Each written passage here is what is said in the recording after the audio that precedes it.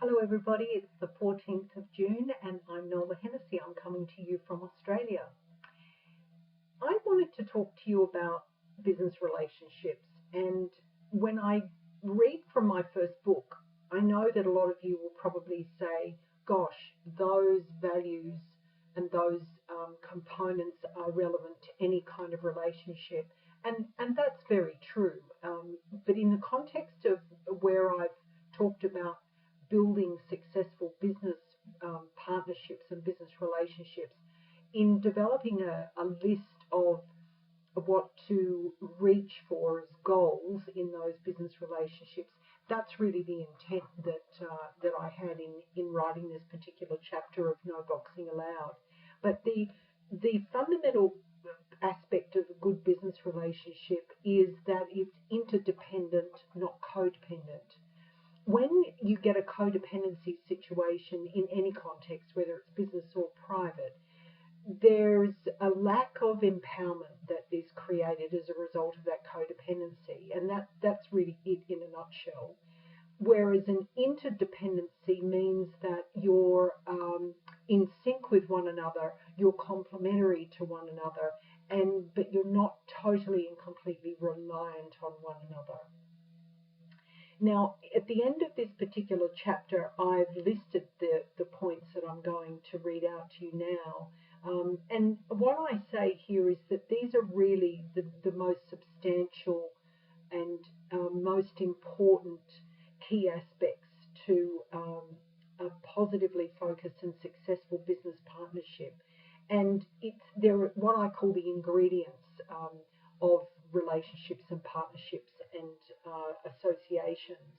But in no particular order, these are the things that I've listed: respect, understanding, teamwork, trust, tolerance, the willingness to negotiate for a win-win outcome, a strategic focus, remembering that strategic is all about three dimensions: into the future, out laterally, and through all layers.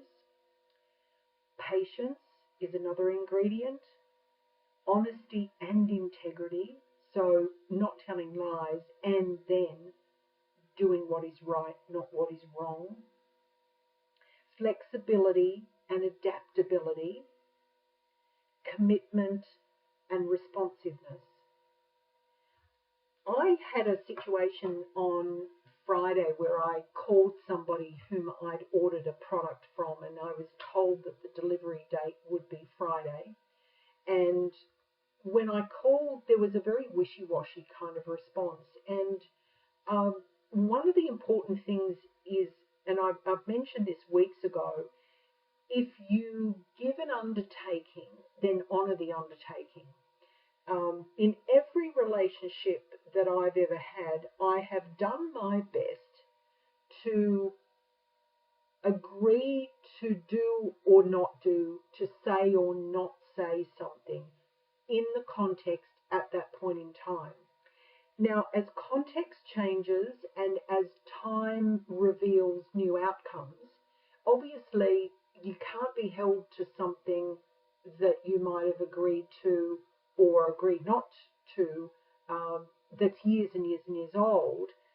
But when you're delivering a product or service, if you say to somebody, look, the delivery date is X, and on that delivery date you call and you know the response is a very wishy-washy, non-committal response, you have to wonder what the intention of that business is. Is it to honour its customer promise, or is it simply to secure money from customers? So that's where the integrity component comes in. Nobody but you will know deep down whether what you've done is right or wrong. But also, only you will know how transparent you want to be and are being, and that's critical as well to remember. You must honour commitments that you make. I hope you have a great week. I'll be back to see you at the end of this coming week, and I appreciate you listening. Have a great day. Bye for now.